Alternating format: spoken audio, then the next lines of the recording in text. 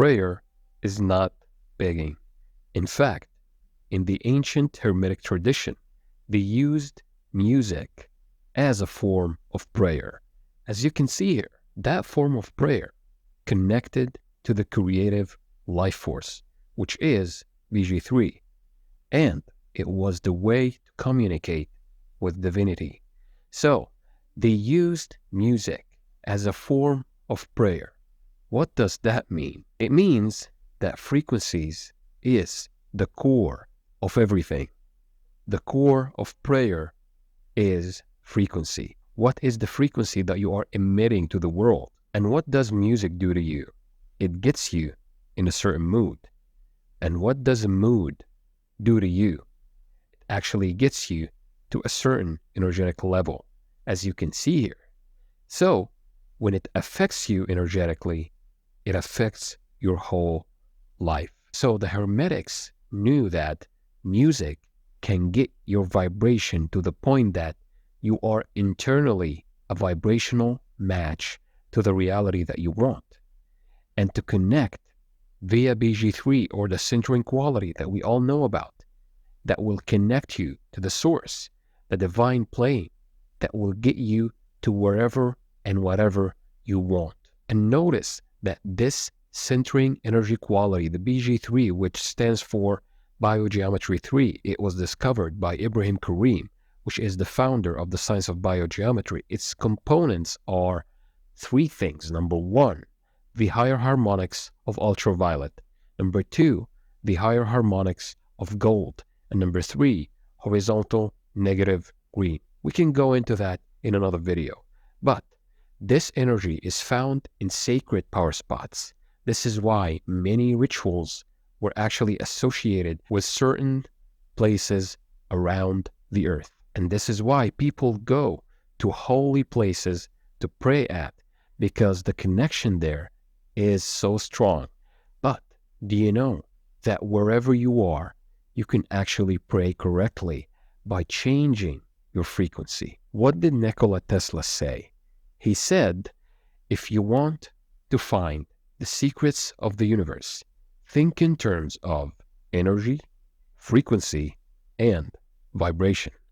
This tells you a lot. So do we listen to music instead of saying a prayer? This is not exactly what I meant. But my point is, there are various ways of prayer, and they all come down to one thing and one thing only: your frequency. Changing your frequency will change your life. Changing your frequency will make your prayers get answered. Changing your frequency will literally shift you in the multiverse to a parallel reality that you always wanted. As you can see here, just like this arrow is just shooting up, you can change your life just by changing your state of being. Since we now know that our frequency is the thing that we must change in order for our prayers to be answered, as stated in the holy books, like the Quran and the Bible, for example. So, in the Quran it says, God doesn't change things happening to people till they change what's within themselves. And in the Bible, seek first the kingdom of God and his righteousness, and all these things shall be added to you, and the kingdom of heaven is within you. In all the holy books and all the old scriptures, you will find out that they talked about one thing: changing your inner state of being, changing who you are internally. Because when you change who you are internally, you are changing the outer world. Just like a mirror, you can't be frowning at a mirror and expect that mirror to smile at you. You must smile first. And when you smile first, the world will have no choice but to smile back at you. But there is a time lag sometimes, because this physical reality, this 3D hologram, is a bit dense. So there is a bit of a time lag. So if you are smiling and you didn't see the world smiling yet, don't get discouraged, because there is a time lag between the thing that you did internally and the shift that you will see externally. And sometimes it can be instantaneous, just like that. But I'm telling you, if you see things aren't moving as fast as you thought, don't get discouraged. Just persist in that feeling, because Let's think about it. If you feel good and you feel at peace most of the time, that is good either way. Whether you are changing something on the outer world or you are not seeing any change, it's better for your own health at least. Because when you are not stressed, your body is functioning well, as within, so without, as above, so below. That's the second principle in the Hermetic principles, the law of correspondence. So now we know that if we want to get our prayers answered, we need to change what's inside of us. How do we actually do that? How can we actually change what's inside of us? How to change our inner, deep-rooted beliefs that we got from our parents and from the society and from the government and from the schools. How do we actually change that? Let's talk about that. When you ask for something, believe that you already have it and it will be given to you. So that's how you actually get your prayers answered? Yes. But you didn't tell me how to actually change that. Calm down. I'm going to tell you right now how you can actually do that pretty easily. Listen, if I told you right now that you got everything you ever wanted, it's been there for 4 weeks, it's yours, and you know that it's yours, how would you feel? How would you actually feel? You wouldn't feel so excited. It's been there for a month. So how would you actually feel? Let me tell you.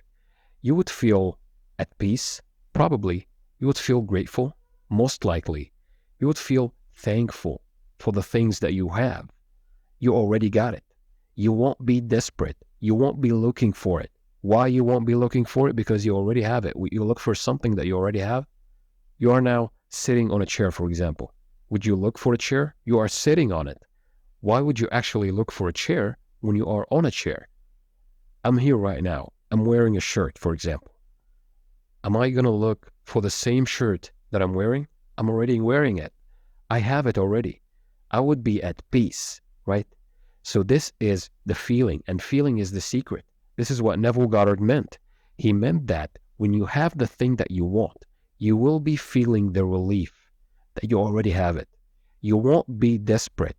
You won't be needy. You won't be dependent on that thing to feel happy.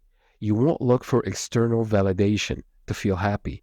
You would be feeling happy without any reason to be happy on the outside world, because you gave that to yourself. You gave what you want to yourself internally, and the outer world is just catching up. That's it.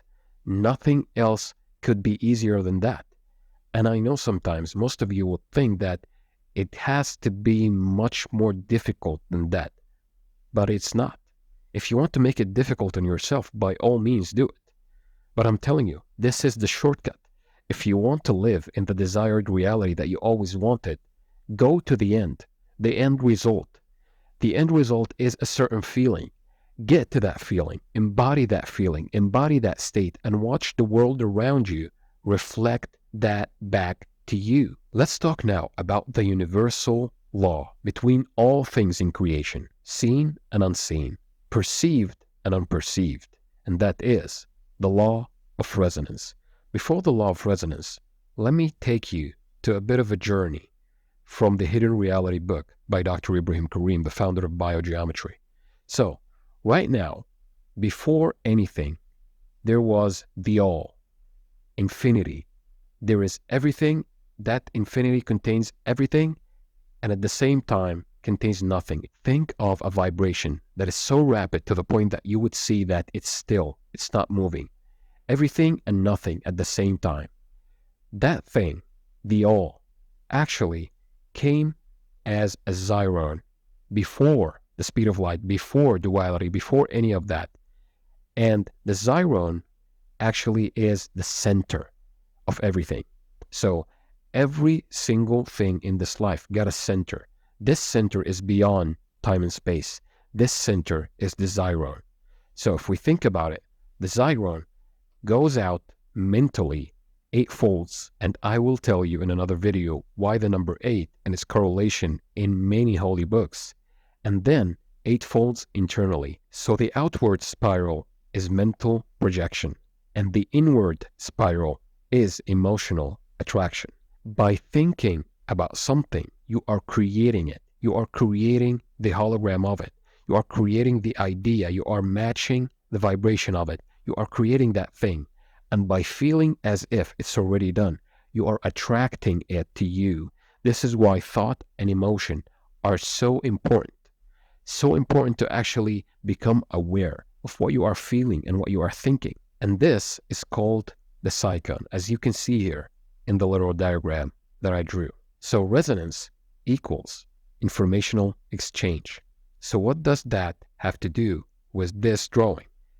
This is it. When you are thinking of what you want, you are creating the idea of it. Initiation of resonance. You are making the resonance begin.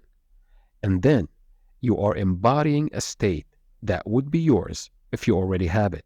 So now you are making the inward emotional attraction, the inward spiral. You are getting that thing back to you. So you are projecting the idea, and then you are drawing the event back to you. And then you are thinking from what you want, not of it. This is why Abdullah, when he was teaching Neville Goddard, when he wanted to go to Barbados, he told him, you see the streets of New York as you are seeing the streets of Barbados. Think from the end, not of it. The conclusion of prayer is the following. Prayer is a shift of consciousness and frequency, matching the vibration of the reality that you want. It's not just mere words that you say. It's not begging. It's not any of that. If you see here on a scale of vibration, the most high and the most important feelings that you should feel in order to be on a good vibrational level is enlightenment and authenticity. It's more than love. So when you are authentic and you are true to yourself and you are at peace and love, you're actually vibrating at a higher frequency. And with the law of resonance, you will attract things on a similar vibrational level. Good things will happen into your life. Things that you even forgot about will actually get to your life because you are now matching the frequency of the reality that you always wanted. Clear intention plus feeling of already having what you want, which is peace, thankfulness, and gratefulness, equals answered prayer. So right now, I gave you the blueprint, the roadmap to actually pray correctly from various scriptures, from various techniques and schools, from ancient civilizations. All you have to do now is embody the state of the wish fulfilled and embody the vibration that would lead you to actually get what you want. And if you want any help, you can check the description box with all the info that you will ever need. And if you want more techniques, my ebook is in the link in the description box. And until next video, I will see you soon.